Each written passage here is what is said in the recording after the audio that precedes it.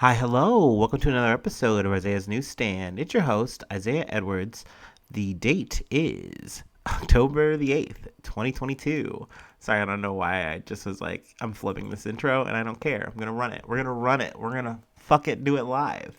How are you? How was your week? My week was good. Let's see. I want to say I did the thing that, you can do sometimes. I don't know if it's just the changing of the seasons, just things are chaotic. I don't know. But I was in my head for the top part of my week and, spotty moments throughout. But overall, mental health corner, I guess, we're doing all right. We're doing pretty good. I think, especially so far this weekend, it's going good. It's a nice Saturday for me. Um, let's see. Food corner. Yeah, we can get right into that. I had a banh mi, a grilled pork banh mi. That was very tasty.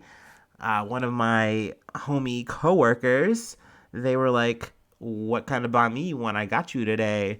And I was like, "Oh my gosh, thank you!" And they gave it to me, and I literally ate it like where I worked and where I and you guys maybe judge me. Or I'm gonna give you guys some insight into who I am a little bit here, how I live, my nature.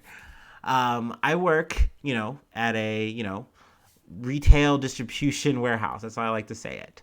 Um, and essentially, what I do in the warehouse is I crush all the cardboard.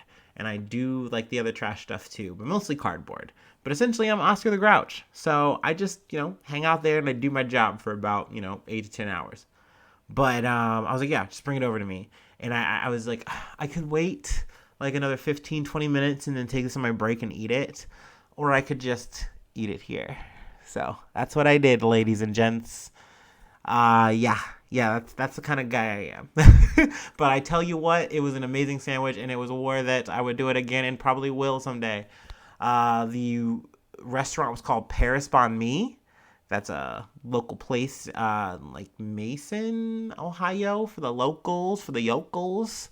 I would definitely check it out. I will say it is expensive for one. Granted, the one that I think my friend got for me was like $10 or something like that. So I think what happened for mine is when I had went, I wound up spending like 17, but I think I got some like extra stuff. I can't remember, but it is amazing, worth the price. It's very good.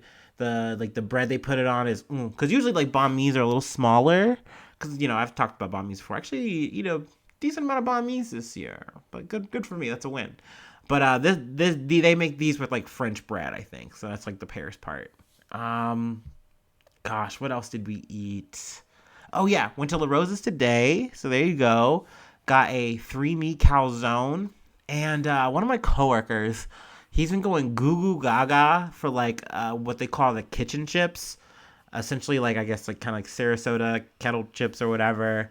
And they serve them with like Diablo sauce. It's like a spicy little sauce, and it was pretty good. I enjoyed them. Could eat them again, but would definitely rather fries. I'll say that much.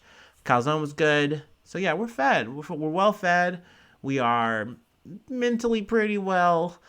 Let's see. I'm doing all this getting limber for this episode because it's kind of heavy. I will definitely give you guys a warning on that ahead of time. I know sometimes you guys are just super supportive peeps, and I love you all for listening. Kisses to you all. Head pats, all that. But yeah, definitely this episode is going to be pretty much the front load is going to be, Ukraine Russia stuff. I do it. I had to do it on them. And then we also got some bigger shootings that happened internationally, and then also in the states. So and also letting you know like it's death. We're talking death. We're talking shooting. We're talking all this kind of some stuff. So I'm obviously gonna try to put my twang on it. I'm gonna try to do my thing with it, but give it to you. Um, and I just want to let you know that. So yeah, we can kind of get into it. Actually, we might do a little out of order here and come in a little hot. So yeah, let's do that in the spirit of the show, in the spirit of the pod.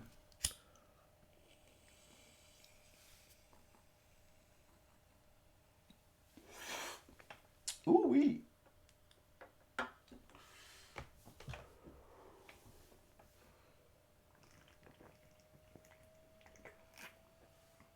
Okay. All right. Um, we'll start out with an update for you guys. I got this from Reuters. U.S. believes Ukraine was behind killing of Dugina in Russia. New York Times says. So we covered the story about Daria Dugina. She was killed in a car bombing incident, and it wasn't. We weren't sure if it was meant for her, if it was meant for her father, Alexander Dugin. If these guys are both like very passionate nationalists. They do a lot of speaking. They do a lot of talking, interviews, stuff like that. Really trying to motivate, push, and do their own form of, I guess you could say, philosophy, if you will, on how they feel the Russia should be and like looked at. I don't know. It's one of those things where it's like they more or less are just pumping up the country to do hyper pro Russian shit. That was their aim. That is Alexander's aim still. He even used his daughter's death more or less as like a spur, to motivate the country. Like, yeah, she died for this country. But essentially, from gleaning from the title, it is now believed that Ukraine was actually behind it, and we covered it. That was definitely on the table. But more or less, my speculation on it was like, okay, maybe there were Ukrainian factors at play, but like I don't think that the actual government was involved. Well, oopsie, it looks like they definitely, I guess, have some fingerprints on it. Now they're not necessarily sure that it goes all the way up to like Zelensky, but at least there are potential Ukrainian government parties at play that potentially greenlit this. Now, something I did want to kind of mention here, that is through this article, and I'm sure if you look through other articles, I wouldn't be surprised if this spin is the same. And I don't want to say spin. I mean, maybe this is how it is, but throughout this article, it's peppered that like the U.S. was not involved. The U.S. was not involved. Okay, we need you to know the U.S. didn't know any of this, and it's kind of one of those doth do protest too much, to quote some Shakespeare. But it's weird. Maybe it's not Shakespeare. I think it's Shakespeare. Who knows? You correct me if I'm wrong. You can hit me in the comments. But I don't know. Here I go speculating again. A lot of the information that Ukraine has used has been from U.S. intelligence. I highly doubt that they come up with this plan. Well, no, maybe not. Maybe they do this on their own. One hand doesn't see what the other hand does. Who knows? Who cares? I mean, it's definitely something interesting to ponder. I definitely don't want to go too deep on conspiracy here. I don't know, but definitely, it definitely makes me head scratch. Like, I mean, who knows? Maybe not. But I was definitely surprised that this information came out, I guess, because at first I thought like it was maybe somewhere from a Ukrainian leak, but it doesn't seem that way. It just seems like it's more or less from what the U.S. has gathered. It definitely looks like Ukraine could have been involved in this. But they also do go on to say that like maybe it's like Russian or like separatist like kind of vibe from the Ukraine side, like Russian separatists, like, and that's where I'm just like, I feel like that's speculation the other way. But hey, it's in like the article to talk about, so I don't know. Definitely though, an interesting development, and I was like, okay, we'll definitely talk about it. Let's see here. There's a quote. Who's it from? Dmitry Peskov. He's a Kremlin spokesman. The involvement of the Ukrainian state in this terrorist act, in this murder of a young girl, was argued and proven by our special services. Let's see. And then he added, I really want to hope that this is not some attempt by our American colleagues to absolve themselves of responsibility for any preparations for future terrorist acts which the Ukrainian state, the Ukrainian regime might prepare. So, I mean, I think it's essentially a tip of the hat from the Kremlin saying, like, look, we see you guys. We see what you're doing. Like, this isn't going to go unpunished or silent if you continue to do it. I think just kind of more or less firing shots across the bow politically, to kind of say, hey, look, we see you, U.S. And usually whenever they're saying U.S., the West, it's synonymous. So, you know, but time will tell if there's any more that comes out from this specific situation. Like I said, I was surprised this bubbled up, but we got some more. Let's see. I'm gonna decline this. Thank you, Associated Press. I know, I get it. I'm sorry, I'm not gonna pay you guys money. No, actually, I like Associated Press. They're dope. I think they just wanted me to be on their newsletter, which I think I am. They should just stop. Oh, what? Let's see, I got an ad. Oh, sorry about the technical difficulties.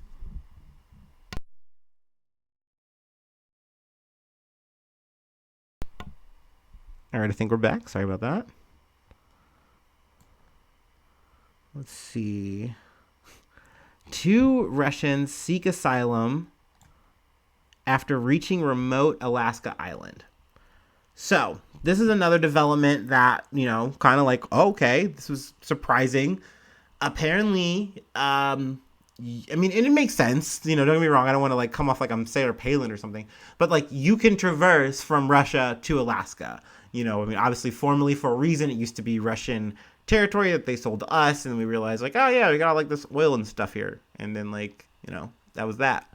But essentially, 2 men who they have not identified traveled by boat across and made it to I think it's an island called Gamble or Gambell. Gambell. There you go. Let's see. Yeah, they go through it on the article exactly whereabouts where it is, but seems like a little small, little cozy area. But apparently, a senior community leader, spotted them and brought them in. I believe they're even taken care of. But definitely this is a surprising development. But yet again, it does kind of make sense. Lines up with the the draft situation, the conscription that they have going on in Russia. Putin has come out and said, hey, we've made some mistakes on that for sure. But we're fixing that. We're reducing it. But I really do think across the board, people do not believe that. So, it remains to be seen if we're gonna see more of it. But I was like, okay, all right, that's something to talk about. Let's see. Now this is something that is it falls into the Russia Ukraine situation, but it's definitely something that's going to affect us, unfortunately, and it is gonna hurt us at the pump. So I got this from CNBC. OPEC Plus to cut oil production by 2 million barrels per day to shore up prices, defying U.S. pressure. So, essentially, oil had been down, post 2020, post the pandemic, people weren't traveling, yada, yada, yada. Then, it was going up, going up, going up. And then I'm sure, we've all talked about it. We've all, gone through this phase of this year. But, since the Russian war, since the Ukraine-Russia shit started, everything shot up. Gas shot up. Also it was our inflation too. So all of these things were melding together, boiling over. And next thing you know, in Ohio, we were talking about 4 something, a gallon. Shit was nasty. And more or less, gas prices have kind of gone down. They've definitely reduced. But I'm sure you've noticed, maybe you've been looking, gas has been creeping on the up. And, more or less from what I've gathered from, this OPEC Plus situation, it looks like it's going to keep going up, which is not cool. I don't like it. But I guess more or less, Russia is a part of OPEC. So they stand to benefit as well as other countries. I believe there's over 30 countries that are involved in OPEC. And I guess there's also people who are, adjacent because they stand to benefit from, these countries that are OPEC. So they're OPEC allies.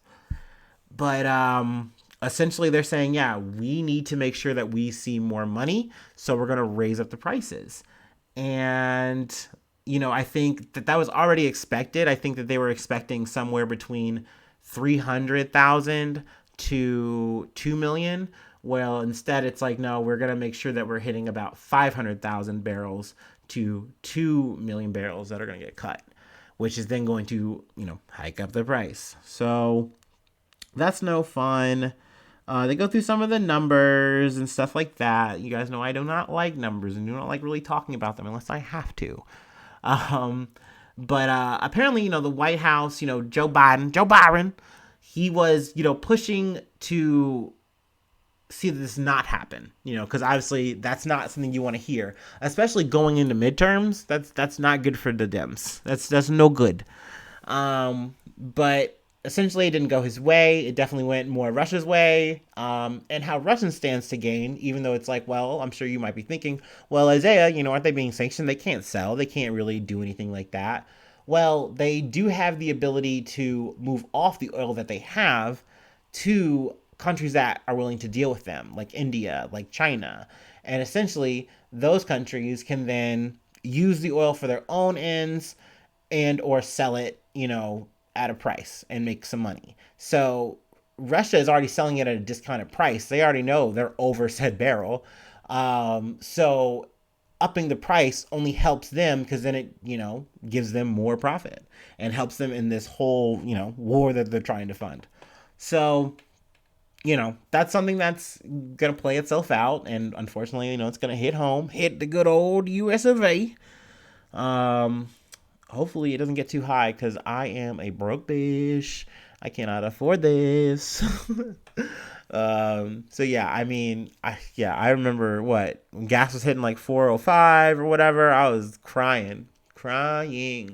And definitely, I'm not a full tank guy. I'm more or less a half tanker, and I feel it when it gets below a quarter. So I'm not trying to be hurting too hard here. Okay.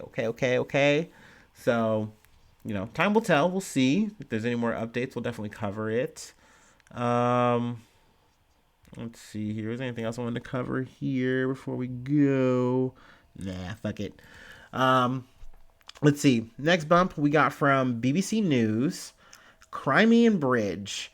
Excitement and fear in Ukraine after bridge blast. Now this is me being rewarded for waiting. And I know rewarded is a little bit morbid to say in the situation where people, have died. And, these are just acts of, violence, whether they're for Ukraine or for Russia, whatever. They're still violent. They're still crazy. But I'm saying for the sake of news is inevitable. It is in the die is cast. So, I get this in here because it happened today. I was going to potentially record yesterday. I got too busy or whatever. So yeah, I get to talk about it today. And I don't lose it in the shuffle. So, let's see. There was a bridge bombing, ? Essentially, there was some explosion, and this bridge, let's see. I'll just read a quote here. This is a tweet from the Ukraine's Ministry of Defense. The guided missile cruiser Moskva and the Kerch Bridge, two notorious symbols of Russian power in Ukrainian Crimea, have gone down. What's next in line, Ruskies? So that was a tweet. That's a bold tweet, by the way. That's crazy. Yeah, essentially these were hit in some kind of bombing, some kind of explosion, and Ukraine is taking credit for it. Though I will say, obviously, that's awkward in the sense that Crimea is obviously viewed by everyone as Ukrainian land, except obviously Russia and, aligned countries with Russia who, are saying more or less, yeah, in 2014, y'all did your thing. That's your spot. You got it. Squatters' rights. So this kind of act of aggression is it's big. So definitely I was like, okay, cool that we get it on here. I definitely implore you guys, and maybe I will try to post the pictures on the social. I honestly am very scared to post some of the things I find picture-wise on like the thumbnail because I just don't want to get my stuff taken down. But essentially, some of these photos are wild. I wouldn't say they're morbid, at least by my personal standard. But they definitely are very unsettling when you think about it and look at it. So I kind of definitely want to tell you guys to look at it. Like I said, I got this from the BBC. There's one picture here of two women. They're holding an Ukrainian flag, and in the backdrop there is a picture, kind of like it's almost like a watercolor filtered thing of some sort, but it's the bridge being blown up in two places. I think there is a bank that put out credit cards of the exploded bridge. Like, they just immediately did that. Like, it's wild. Like, people posing, taking selfies, near, like, with pictures of this thing. It's crazy. I don't know. It's odd. It's just odd. It's a bit odd, isn't it? But yeah, interesting to say the least. Let's see here. Um, do. Sorry.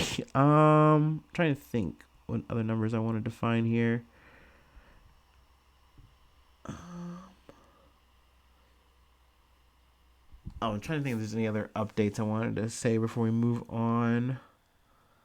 No, I think we're gonna call it for the Russia Ukraine stuff. Sorry about that. Sorry for getting in the weeds. But wanted to move on to Thailand. Next bump is from Yahoo News and the Associated Press. Fired police sergeant attacks Thai daycare center, kills 36. So this is a really sad story that I heard unfold. Let's see. The man goes by the name of Panya Kamrap, and he was a fire police officer, I believe a sergeant, and he was also due in court for a methamphetamine charge. Instead of doing that, he went to a Thai daycare where his son goes to, and his son wasn't there. I believe his son was at home, and he just immediately shoots at a teacher outside, and he has a 9mm pistol, he has a shotgun, and he has a knife, and he goes in there and just does some really grisly, fucked up shit. I definitely don't want to get too many details. Also, luckily, I don't believe that there's too many gory details in this article. But then after that, after all the killings take place there, he then goes home, kills his wife and his child, and then himself. So that's just a really sad, fucked up thing that happened. We talk about a lot of massacres that obviously happen in the States. This is just a reminder that it does happen in other places for sure. Not to say that you need to make these kind of comparisons and do this kind of stuff. It's just something that I think as humans we will do on instinct to just make these kind of comparisons. The article does go on to say that obviously the amount of shootings like this, like mass shootings that happen, mass killings that happen in Thailand as comparison to like the US, it is much lower in Thailand. But not as low as like, let's say Japan. So, these are kind of just numbers and stuff. It's just a sad reality that, people will unravel in bad ways. And I mean, I'm sure mental health things were at play here on top of, drug use stuff and all that. And instead of handling those things correctly or the best ways you can, you let yourself spiral into something very terrible and you do terrible things. And, it is definitely sad. Not something I want to dwell on too much. Let's see here. And then, like I said, it's not like it gets any better, guys. I'm really sorry about that. Sometimes that's how it lines up. I'd like to tell you too that there's a rainbow on the next episode. But I don't really think that there's that. But it's a little lighter. I'll say that much.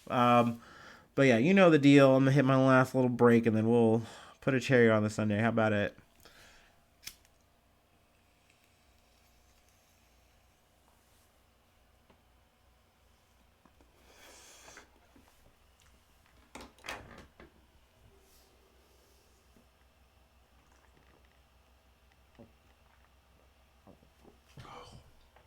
Ooh.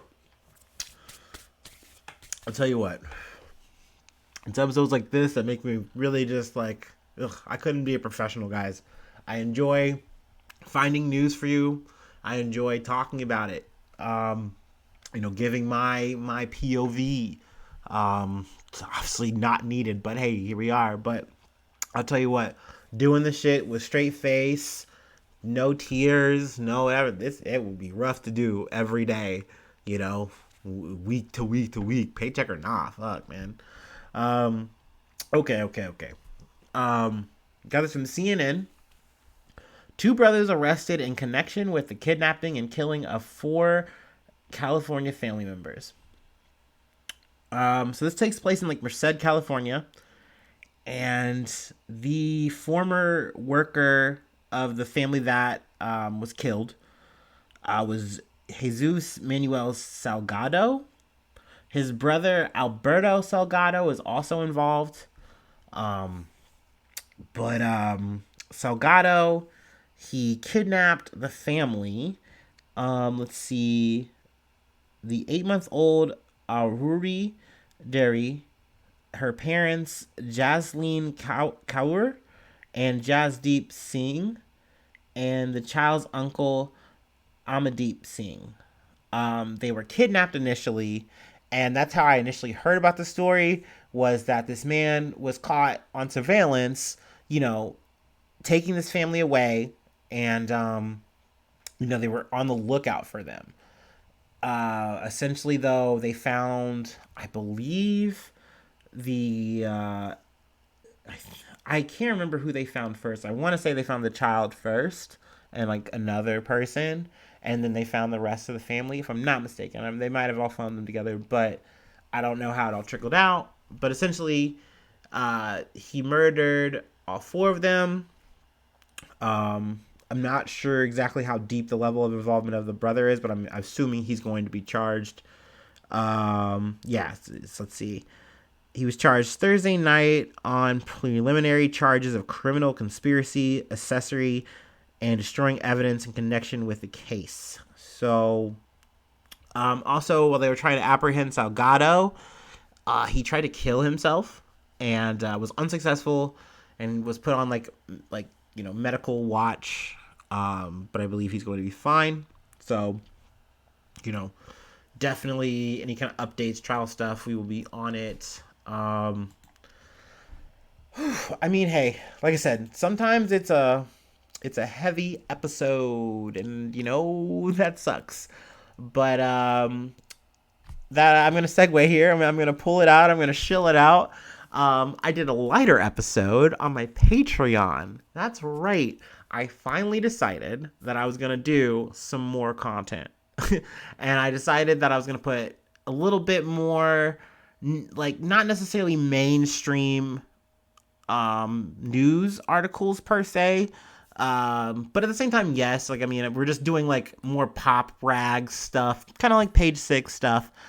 Also, I might do some updates that I can't fit on the podcast, or just maybe new stuff I kind of can't fit on there, and just try to throw it up there.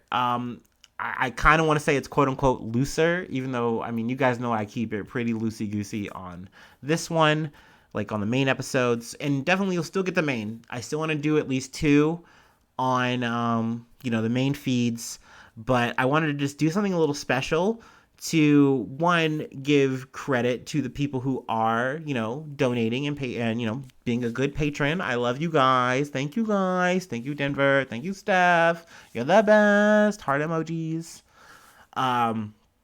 Also, definitely let me know if there's any issues or anything like that, loading it. I think it definitely runs it off of YouTube. But essentially it's the special, YouTube only you guys get to watch.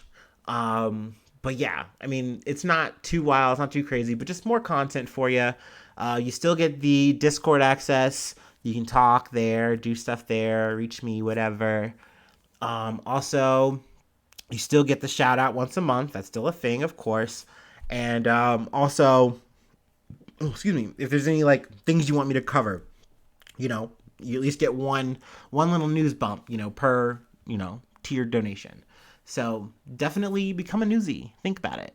But free ways to totally help and support is just listen. I love that you guys listen. It's super cool to see the numbers and like know that they're like doing things and people are just showing up. It's just nice. It feels really good.